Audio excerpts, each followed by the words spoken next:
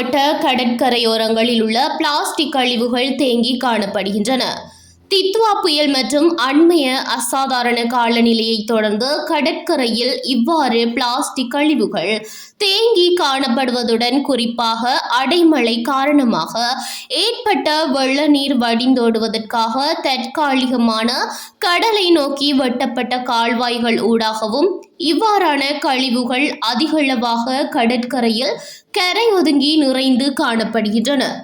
கடந்த சில தினங்களுக்கு முன்னர் இவ்வாறான கழிவுகள் அதிகளவாக கடற்கரையில் நிறைந்து காணப்படுவதாக எமது செய்தியாளர் ஃபாரூக் ஷிஹான் தெரிவித்துள்ளார்.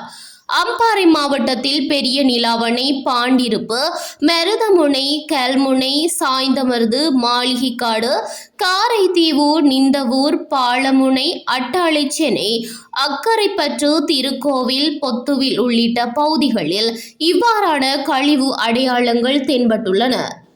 இவ்வாறான கழிவு பரவலானது கரையோர மீனவர்களது மீன்பிடி தொழிலுக்கு பெரும் சிரமங்களை கொடுப்பதுடன் வலைகளிலும் சிக்கி வருகின்றனர். எனவே பொறுப்பு வாய்ந்த அதிகாரிகள் இவ்விடயத்தில் உடனடியாக தலையிட வேண்டும் என பாதிக்கப்பட்ட மீனவர்கள் குறிப்பிட்டுள்ளனர்.